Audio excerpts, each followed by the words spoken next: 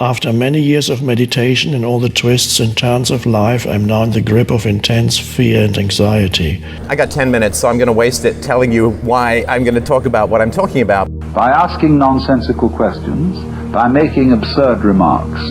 You're totally at the mercy of it, so it only exists in your mind. It seems it was always there, only more intense now.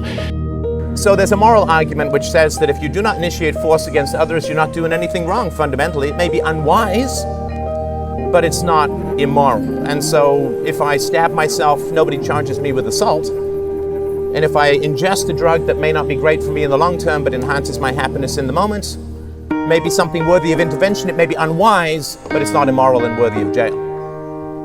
There's an old saying from Confucius says, the beginning of wisdom is to call things by their proper names. By their proper names. The war on drugs is not the proper name. It's not a war on drugs.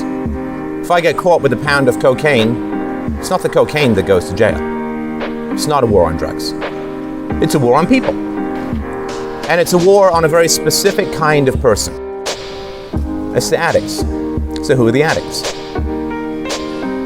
The addicts, to put it very briefly, are people whose brain has been harmed by a specific set of circumstances, and the addicts of opiates and of stimulants like cocaine are attempting to self-medicate a very specific brain problem.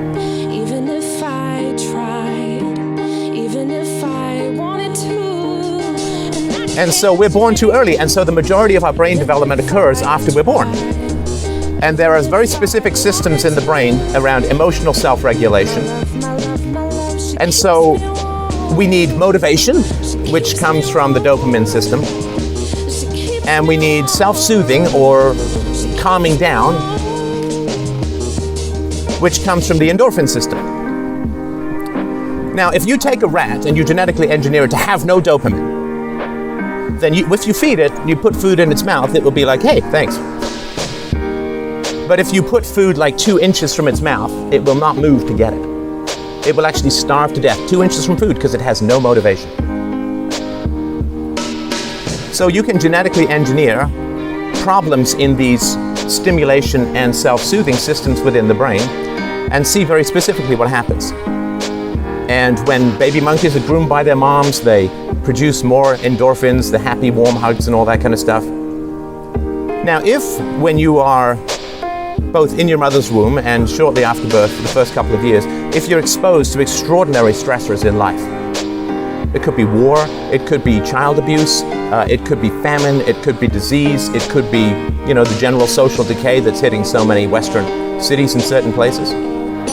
If after you're born, you experience extraordinary stressors, these systems do not work well.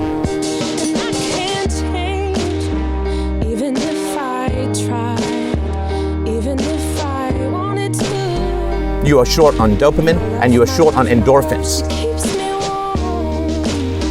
So if you are exposed to these in an external way, right, if you are exposed to any drugs which boost endorphin levels, the opiates, or if you're exposed to drugs which improve your dopamine levels, you feel normal for the first time in your life, right? Most people with sort of happiness is up around here, right?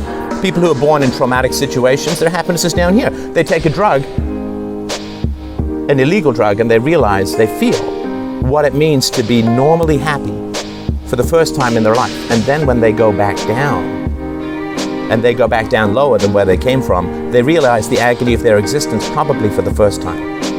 So what do? They want to get back to that. Do you know that the brain does not distinguish between physical and emotional pain?